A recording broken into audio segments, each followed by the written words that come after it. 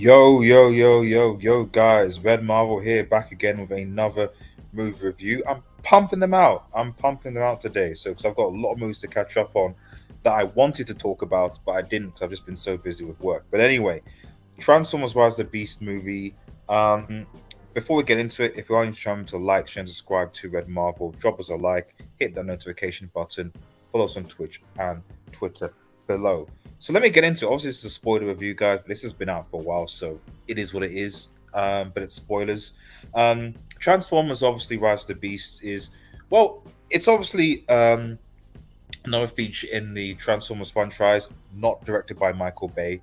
Arguably, it's seen as this is partly part of the, I guess, semi-reboot Transformers mythos, being almost probably a sequel to Bumblebee in a way.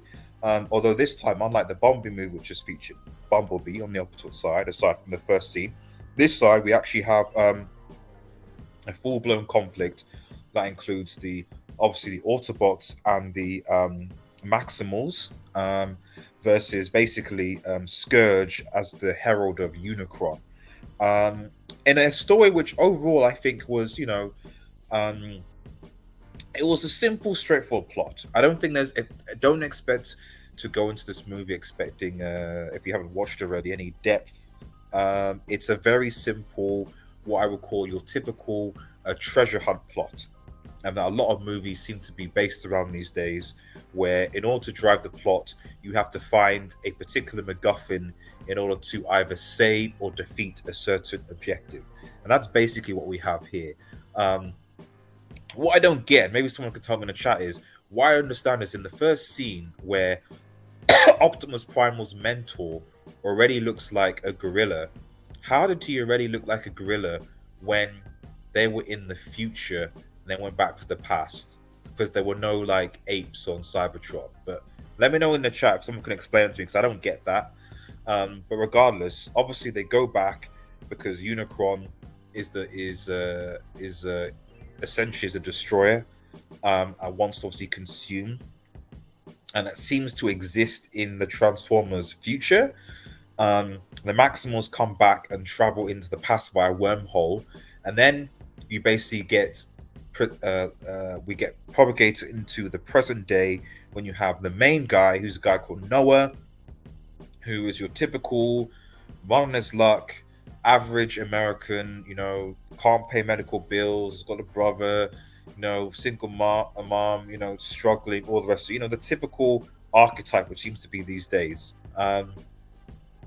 And engaged in a few hijinks, and before you know it, he's in the presence of the Autobots.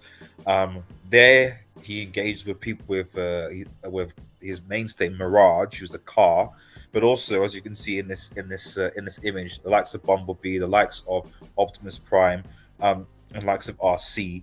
And essentially, it becomes a battle of trying to find a particular device, because by finding this device, the Transformers can potentially go home. But there is a bit of conflict between the two, because from Noah's perspective, if they find this device or no destroy this device, it might mean the end of their world as we know it.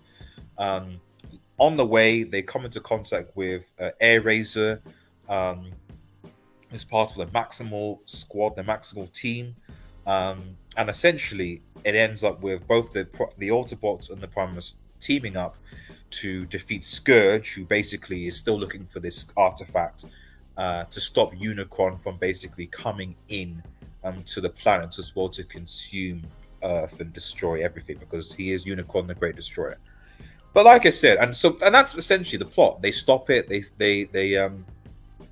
stop him. They defeat him. Unicron gets pushed back for another day anyway, and that's about it, really. I mean, so overall, like I said, I think it's my favorite movie to date. Hasn't always will be the first Transformers movie. Nothing comes close. Bumblebee, I think was actually better than this movie, but at the same time, it's definitely better than essentially anything that came after Transformers 1.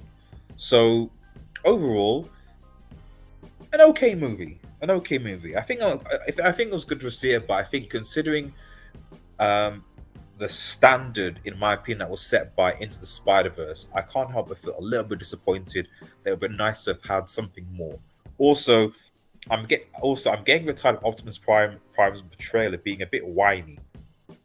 A bit whiny. Can he just not be a leader again? But let me know what your thoughts are in the comments, guys. Remember, like, share, and subscribe to Red Devil, to not Red Devil, Red Marvel. Follow us on Twitter and Twitch. Let me know your thoughts on this movie. Have a nice day, everyone, and cheers. Peace.